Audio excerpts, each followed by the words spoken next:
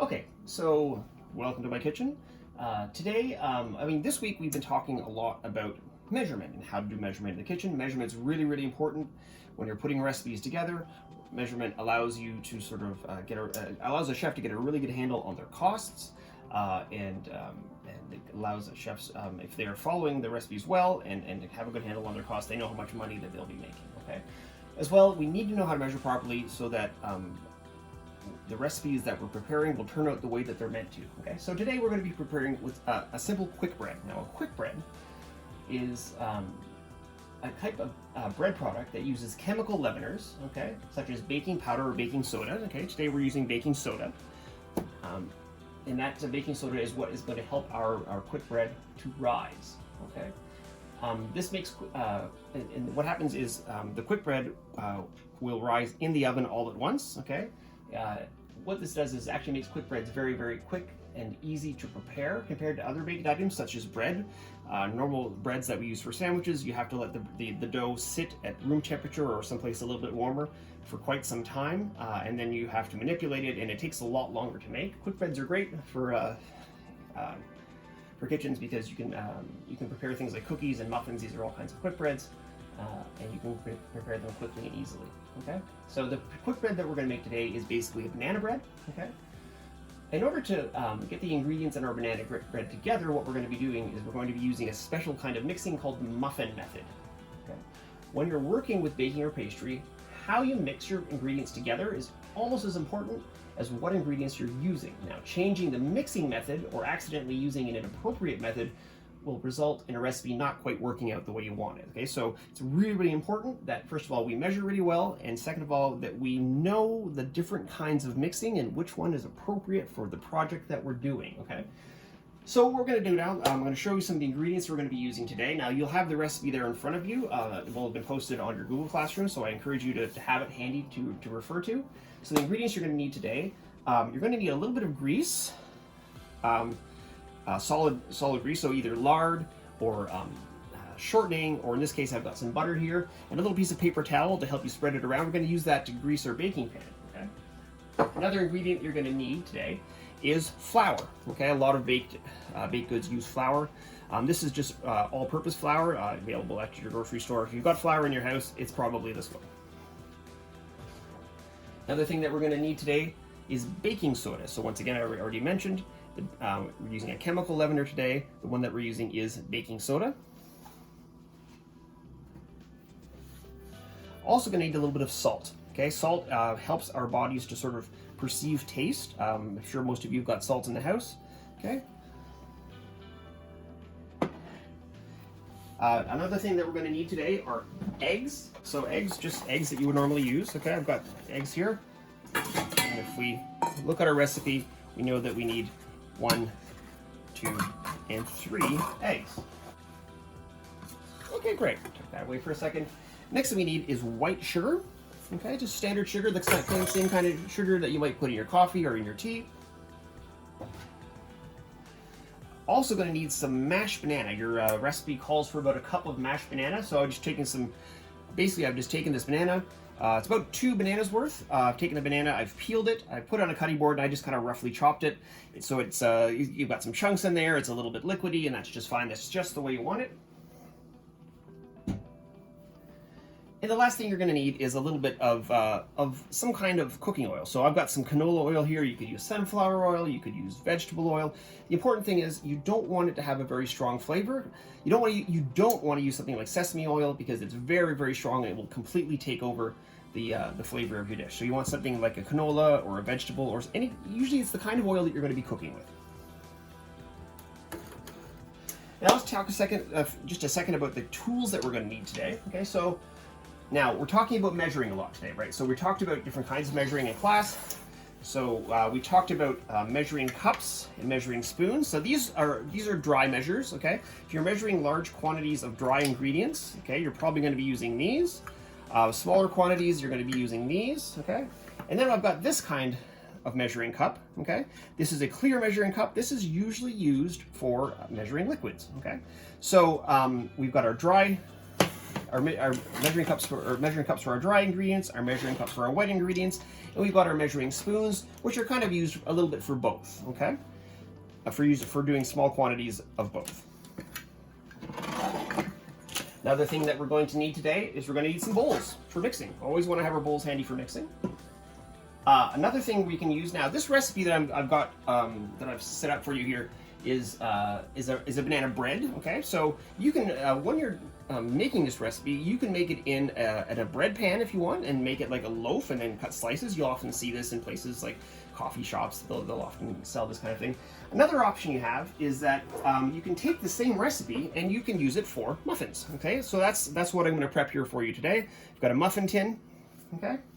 Another thing that you might find handy, you don't need to do this, but sometimes it's good to have one of these around because it can help your product turn out just a little bit better. And this is a sifter, okay? And the last thing that you could use if you wanted to is if you are using a muffin tray like this, is sometimes you'll have those little paper muffin cups, okay? If you've got those in the house, that's great. For this recipe though, as long as you're going to, what we're going to do is we're going to grease these really, really well. And as long as you're greasing your pan really, really well, then you should be just fine, okay? Okay, so the first step we always want to take when we're doing this kind of recipe is we want to preheat our oven, okay? All baking recipes ask you to preheat your oven. This means that the oven should be at the temperature indicated in the recipe before you put your muffin tin or your baking pan inside, okay? It should be already hot, okay? So what I do here is I push, the recipe says, please bake this at 350 degrees. Great. So I'm gonna turn my oven to 350 degrees, hit start, okay? And now my oven is preheating. If you have the kind of oven where that isn't push button like this and you have dials, you will turn your oven up to 350 and a little light will come on. While that light is on, your oven is preheating. Once that light goes off, that's your oven telling you that yes, you're ready to go. You can put your product in the oven now, okay? Next step we want to do is I want to grease my muffin tray, okay? Now, the batter that we're using is got a lot of liquid in it. And whenever you've got a batter that has a lot of liquid, you have to go to a lot of trouble to make sure that when your product is done, that it's not going to stick to your muffin tin. Now, I'm pretty fortunate that I've actually got a set here of muffin pans that are covered in Teflon, right? And Teflon's like sort of a non-stick thing. But you know what? I'm not going to take any chances. I've got some paper towel here, okay? I've got some butter. What I'm going to do is I'm going to take that, I'm going to rub that in there. Nice thick layer of fat. Not only is butter absolutely glorious to cook with and give you lots of wonderful flavor, okay? Just like this. Not only is it going to give you great flavor, but it's going to really prevent those muffins from sticking when they're done. Just want to make sure you get all the way in the bottom, all the way along the sides here, and you're good to go. Okay. In fact, to be honest, I have two prepared. Now, my next step is I want to measure out our ingredients. As I said, we spent the week talking about how we measure in the kitchen, different ways of measuring. We talked about volume and weight and count. So today we're going to be using volume and count in this recipe, okay? When you're looking at, if you read your recipe, you'll see that a lot of the measurements are in things like cups, and teaspoons, tablespoons, or some kind of variation thereof, some kind of fraction. That being the case, whenever you see cups and teaspoons and tablespoons, you know that you need to be measuring volume, okay? So here's our volume measures. I've got my dry measuring cups here. I've got my measuring spoons here, and then I've got my liquid measuring cup here, okay? So let's talk about how we measure ingredients. Now, when we're measuring ingredients, we're often, and we're using measuring cups and measuring spoons, we're often going to be working with fractions, okay? Fractions, I mean, sometimes people are a little intimidated by fractions, but you know what? It's one of those things that once you've worked with them a little bit, it's actually fairly simple to do. So let's work on those now.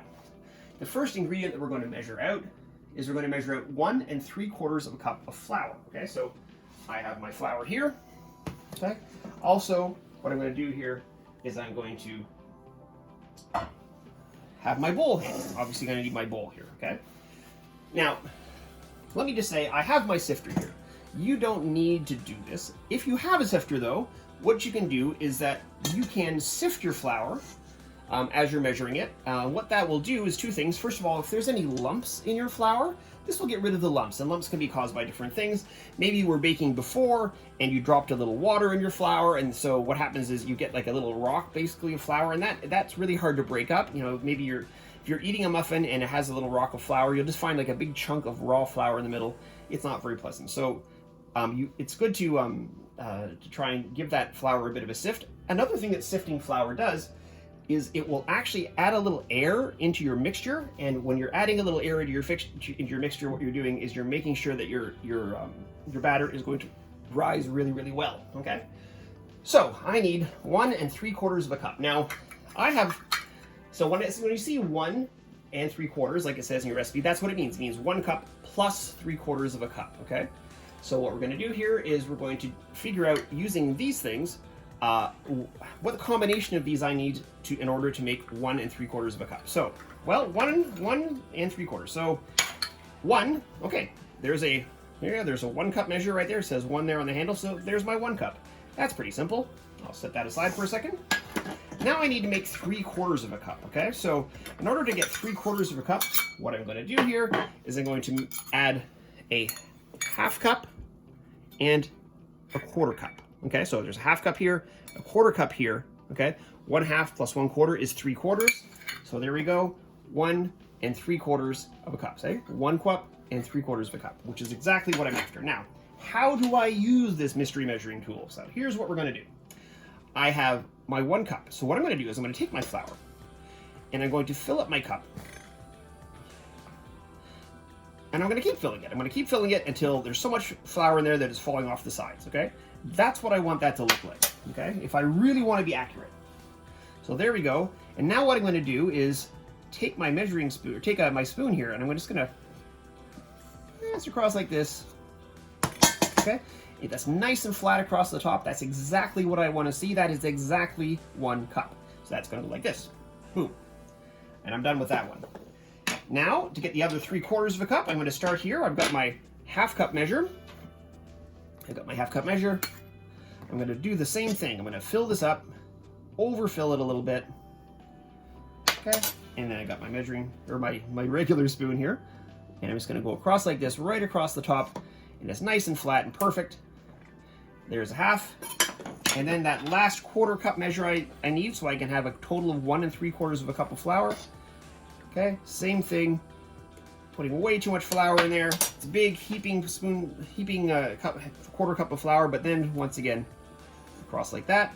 And there's my last 1/4 cup, and there you go. Lo and behold, I've measured off 1 3/4 cup of flour, which is exactly what I need. The next thing I'm going to measure out is 1 1/2 teaspoons of baking soda. Okay, so I've got my teaspoon, or my spoons this time. So I'm going to go through my spoons here. Okay, I've got lots of different kinds. I've got tablespoons and different measures, so I need 1 1/2 teaspoons. Okay, so remember, teaspoons and tablespoons are different. Tablespoons are the bigger ones, teaspoons are the smaller ones. There's actually 3 teaspoons in a tablespoon, as we looked at this week. Okay, so what I want to do now is I want to find my teaspoon measure. So there's my 1 teaspoon measure right there. And then the next thing I need to find is my 1/2 teaspoon measure. And just going to dig that out here. There it is. And there's my 1/2 teaspoon measure there. So what I'm looking to do now is I need 1 1/2 teaspoons of baking soda. So I need 1 of these plus 1 of these. Okay. So I'm going to grab my baking soda over here. So baking soda, 1 1/2 teaspoons. So I've got my 1 teaspoon measure here. Okay. Just like I did with the flour, I'm over measuring. So I've got way too much here. Okay. And now I'm going to cross with my spoon, nice and flat, and my 1 teaspoon goes in with my other dry ingredients. Okay. Now I've got my 1/2 teaspoon measure. Okay. There it is. Oops, sorry. There's my 1/2 teaspoon measure. Once again, filling it up way too much, way more than we need, but then I'm going to go across with my handle of my spoon there, nice and flat, and there's my total of 1 1/2 teaspoons of baking soda. Next thing I need is salt, okay? Salt is fairly commonly used. It makes you gives you lots and lots of wonderful flavors. It helps enhance other flavors. Salt is a seasoning. When we talk about seasonings in the kitchen, we talk about salt and pepper, things like lemon juice. These are flavors that we use to bring out the flavors of other things, and salt is really, really good at that, okay? So I need 3/4 of a teaspoon, okay? So 3/4 of a teaspoon, I'm going to come, I have no 3/4 teaspoon measure. So to get that, what I need to do is this. I need to add 2 of these spoons together. Okay, remember when we had 3/4 of a cup? I added a 1/2 cup and a 1/4 cup. Well, this time I need 3/4 of a teaspoon, so I'm going to have 1/2 teaspoon and a 1/4 teaspoon. So 1/2 teaspoon plus a 1/4 teaspoon gives me 3/4 of a teaspoon, okay? So here I have my salt. Same thing as before. It's a dry ingredient. I'm scooping, I'm putting too much in, and then I'm going to go across the top like this. There's my 1/2 teaspoon. And then I've got my 1/4 teaspoon here. There we go. And across, and into my bowl, okay? So those are dry ingredients so far. Now I have one more dry ingredient to measure, but you know what? I'm going to keep that one separate from the other ones, and I'll explain why in just a minute. So I'm going to push this off to the side for now. The next ingredient I want to measure is my sugar. Okay, so I have just some plain old white sugar. Once again, this is the kind of sugar that you would use in your coffee or your tea or something like that. You find it at the cafeteria all the time. I got myself a nice fresh mixing bowl here. So what I need here is I need 1.5 cups of sugar. So I'm back here to my dry measuring cups because I'm measuring out my dry ingredients again. So I need 1.5, right? So there's my 1 and there's my 1/2. Okay, so once again, 1.5. So 1.5 cups of sugar. There we go. 1 plus this will give me what I need. So just like before, I have my cup measure here. Filling that up, overfilling it.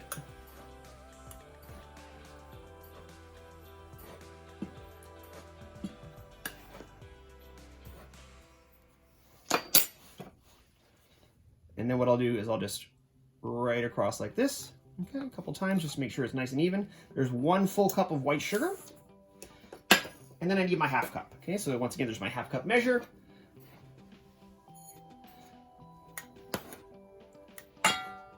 Here we go.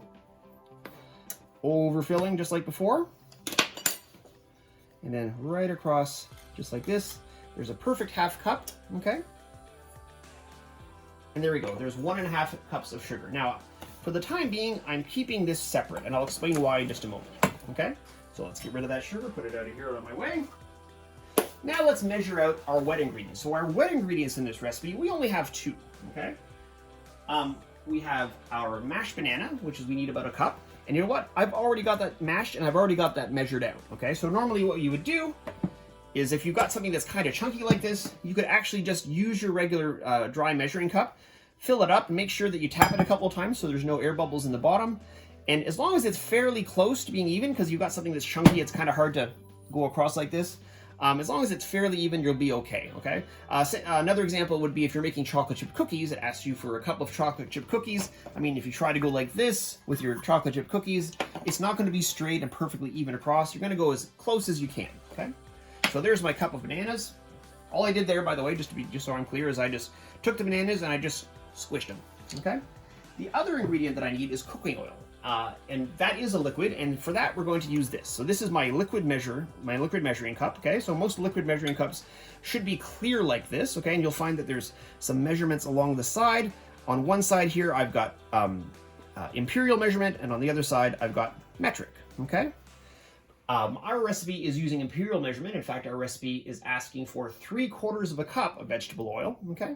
So what I'm going to do here is I'm going to see ahead of time what line I need to fill my cup up to, okay? So I know, as an experienced chef, that I need 3/4, if I need 3/4 cup, I also know that if I'm looking here, you can't really see very well, but there's no 3/4 cup marked here, okay? But what I do know is that there's 8 fluid ounces in 1 cup, in 1 regular cup. So if I want 3/4 cup, what I'm going to measure up to is the 6 fluid ounce mark, which is this line right here. So what I'm going to do, how I'm going to do that is I'm going to set this down on a flat surface. Okay, got my wonderful vegetable oil here. And what I'm going to do is I'm going to pour this in here. Okay, and I'm going to lower my head down so that I can see that line really clearly. The 6 fluid ounce line, which is the same as 3/4 of a cup. So I go add and add and add and add. And when it gets to that line, I stop. Okay. And there we go. Okay. Oops, sorry. There we go. There's my 6 ounces, or 6 fluid ounces, which are different than weight ounces, or more importantly, 3/4 of a cup of vegetable oil. Okay. So there we go. All my ingredients are measured out now. Now I can talk about mixing my ingredients. Now, to mix my ingredients, we're going to use a particular method called the muffin method of mixing. The muffin method is used for muffins. It's used for other quick breads. Now, in the muffin method, what we're going to do is we're going to have one bowl that's going to have our dry ingredients. The other bowl is going to have our wet ingredients. And we're going to mix those two bowls really, really well first, and then we're going to combine them. Okay. So what I've got here, what we're going to start off with is we're going to start off with our eggs. So I got my eggs, 1, 2, 3 eggs. Okay, as our recipe says, we're looking for 3 eggs. Once again, we have 3 ways to measure in the kitchen. We have weight, we have volume, and we have count. Most of our recipe, things are measured in volume, except for the eggs, which calls for 3 eggs. And how do we know how many eggs to use? We count them. 1, 2, 3. Okay, so now I want to crack my eggs. Now, I don't know how well you can see this, but there's some writing on these eggs, okay? And what this happened here is that this has gone through a processing facility, and this has been inspected, okay? Which is great. It makes our eggs really, really safe to eat and safe to use. We don't have to worry about it. We have very safe eggs in Ontario. We're as safe as we can make them. Now, the problem is, though, once in a while, one gets through the process that is not safe to eat. So sometimes you're going to find something in here that's not supposed to be here. Typically, it'll be a little bit of blood. And if there's blood in your egg, you don't want to use it. So what I'm going to do here is I'm actually going to break them into a separate bowl and check them individually first. So if I'm looking at this egg here, you can see, okay, that the egg is perfectly fine, nothing wrong there. Okay, there's 1 for my bowl, 2, okay, next egg, cracking. Once again, checking, perfectly fine, no blood there. And 3rd egg, cracking, checking, perfectly fine, and that goes into that bowl. Why do I check? Why am I so careful? Now, I'm cooking here at home today, and that's perfectly fine. I'm not really making very much, not much of, if I had to, if I dropped one of those eggs and it had blood in it, I would just throw the 3 eggs out and start with another 3 eggs, so it wouldn't be such a big deal. But if I'm working in an industrial kitchen, I used to work and prepare breakfast for the main dining room of a hotel, or I used to help prepare breakfast for a buffet, for buffet breakfast, and I would crack hundreds and hundreds of eggs. And if one of those eggs had blood in it, and I had dropped it into a pail that had 60 liters of eggs that I'd already cracked, that whole thing is garbage, right? So you want to go to the trouble of cracking the eggs carefully and checking them to make sure that they're not contaminated by anything like blood. Okay. All right. So we're going to start with our wet ingredients in a bowl. Now, I've got my egg here, okay? So I've got a spoon. So what I want to do is I'm going to beat this together. So beating, push that out of the way. Now beating is where I'm going to take these eggs and we're going to sort of stir them really vigorously. Okay? So what I'm doing here is I'm trying to get the eggs nice and smooth. Heck, I might even work a little air into them if I'm lucky. Remember, if I get a little air trapped in here, it's going to help it's going to expand. That air will expand once it gets into the oven. It'll help my muffins or my banana bread rise, okay? Okay? Nice and smooth. There we go. Nice and smooth. Now what I'm going to do here is I'm going to add these eggs to my sugar. Oh, what are you doing that for, Sean? I thought you said we were mixing wet ingredients. Okay, here's the thing. When we're doing a lot of pastry and baking, we consider sugar to be a liquid ingredient. Why is that? Because sugar dissolves really, really easily in liquids, okay? So if you look here, it's kind of hard to see, but I actually, if I'm looking at the volume of eggs that I have, I've actually got more sugar than egg, right? So if I mix these two together, you'd think that it's going to be kind of lumpy, but that's really not the case. Watch what's going to happen, okay? There's my eggs in there. And now I want to mix these together. Okay, what you're going to see is that sugar, look at that, liquid, right? The sugar is just dissolving really, really easily into those eggs. So basically I have a nice liquid here. Okay, wonderful. Okay, sugar dissolves so easily in liquids that we most often are going to be mixing that with some kind of liquid ingredient. Okay, next thing I want to add here is my mashed banana. Okay, it flows. You can see it's pouring slowly, but because it flows like that, we're going to consider that a wet ingredient too. We're going to mix it in with our other ingredients here. Okay, and I'm going to give that a really good mix. Try and mix that as evenly as possible. Now, with banana bread, if there's a few little chunks of banana in there, that's perfectly fine. That actually kind of makes the banana bread kind of interesting to eat. Okay, so there we go, nice and mixed evenly. Now the last thing I want to do now is I want to add my oil. I'm going to mix that in there as well. Okay, there's our oil. And I'm going to give that a nice, maybe just take a little bit easy when you're mixing here because my bowl's getting a little full. If I mix too vigorously, what's going to happen is I'm going to make a bit of a mess. And whenever I spill, if some of the oil falls onto the top of the stove here, that means that oil is no longer in my recipe, right? And if I don't have all the ingredients in my recipe, because I've gone to so much trouble to carefully measure this stuff, it'd be a shame to have suddenly some of it fall onto the stove when we lose some of it, and because of that, our recipe doesn't turn out the way it should. Okay, so there we go. Wet ingredients. Once again, when I'm doing my muffin method of mixing, I'm keeping my wet ingredients and my dried ingredients separate initially, okay? So here I have my flour, my salt, and my baking soda. I'm putting them through the sieve just to make sure that I don't have any lumps there. It's gonna make it really, really wonderful. And I don't have any lumps. Actually, that turned out really well, okay? So I've just kind of been tapping that. Now I have this wonderful mixture, nice and evenly mixed, of my salt, my baking soda, and my sugar, okay? Now, if I'm not going to bake this right away, okay, if I wanted to maybe wait and do this tomorrow, then I want to keep these separate until tomorrow, okay? I don't want to mix them until just before I'm going to bake them, okay? But we're going to bake them now, so we're going to go ahead and do that, okay? So what I'll do at this point is I'm going to take my liquid ingredients and I pour them over my dry ingredients, okay? Now, here's the thing with the muffin method, okay? Let's talk about the muffin method for a second.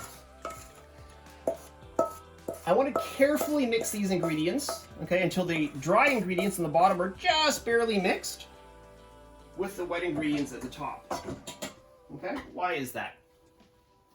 It's important that we don't overmix this, okay? It's going to look a little bit lumpy, especially because there's banana in it, and that's completely fine. The flour in our recipe has a substance in it that's called gluten. You might have heard about gluten-free or gluten-free foods and that kind of thing. If we mix flour with a liquid and then we mix it too much, the gluten in our flour will actually make our muffins a little bit tough and chewy, okay? So muffins are supposed to be nice and soft, almost like cake. So when I'm mixing this, I want to make sure that I'm just mixing it just enough to make sure that the dry ingredients are moistened or made wet by my wet ingredients, okay? I don't want to just keep mixing and mixing and mixing. It's really important when you're doing this to know when to stop, okay? You can't just mix and mix and mix forever, okay? The more you mix something with flour in it, the tougher and chewier it's going to be. And this is something you don't want tough and chewy, okay? You want it nice and soft and just lovely, okay? So I want to make sure here that I'm scraping the bottom of the bowl, working my way across the bottom, so I get, if there's any of that dried stuff left in the bottom, that it's getting mixed into my muffin batter, okay? So there we go. That's it. I'm going to stop now. You can see that I've still got some chunks here from the banana, and that's perfectly fine. Okay? Now, once again, so about that gluten, I'm going to post a little bit of a video, a little supplementary video for you guys to watch. If you're curious about how gluten works or why we need to be concerned about it, you can watch, you can keep an eye out for that video on our Google Classroom, okay? So what I want to do now is I want to portion out my batter, okay? So I've got my pans here. In this case, I've decided to make some muffins. Okay, don't want to waste any of this, so I'm going to scrape all that into that bowl there. Wonderful. Okay, I'm going to set this off to the side. So what I'm going to do here is I'm going to carefully drop some muffin batter into each of these. Probably going to fill them up about 3/4 of the way, each one.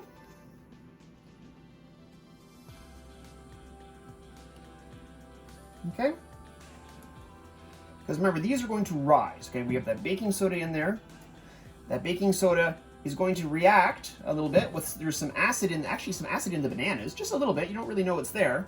But there's a little bit of acid in the bananas, and just enough to make your baking soda work. And what that's going to do is, as this bakes, your muffins are going to puff up, or they're going to get taller. The liquid is going to cook off, and so they're going to get much drier on the inside. And they're going to get nice and soft, and have a nice, wonderful flavor.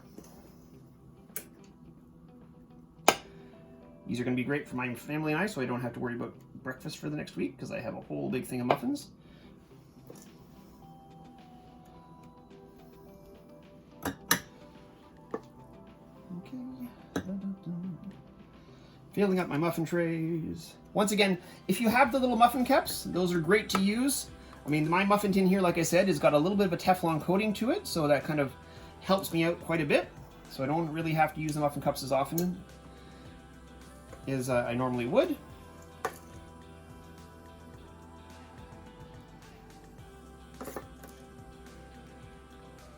Okay.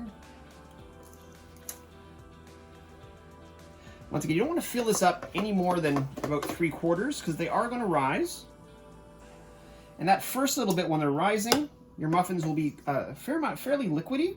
And if they are fairly liquidy and you've got them too full, what'll happen is the batter will spill over and make a bit of a mess in your oven, which you do not want. Okay, so there we go. Filled up about 3/4 of the way. So what I'm going to do now is I'm going to pop these into the oven. Okay. And lo and behold, if I go in here into my oven, okay, I've got something in there already. Pull that out. So these are going to go into my oven. I'm going to pop them in. Okay. Now what I'm going to do is I'm going to wait. I'm going to cook them. If you're cooking a whole loaf, it'll probably take you 60 to 70 minutes. If you're cooking muffins, we're looking at about 20 to 25 minutes. But that's just a guideline, okay? You want to check them. The way you check muffins and cakes to see if they're done is what you're going to do is you're going to take a knife. You're going to insert the knife into the middle of one of the muffins, and then you're going to pull it back into the middle of one of the muffins, okay? And you're going to pull it back out again. And if the knife is nice and clean, if there's no batter on it, that means your muffins are done, okay? And that is how we make banana bread muffins.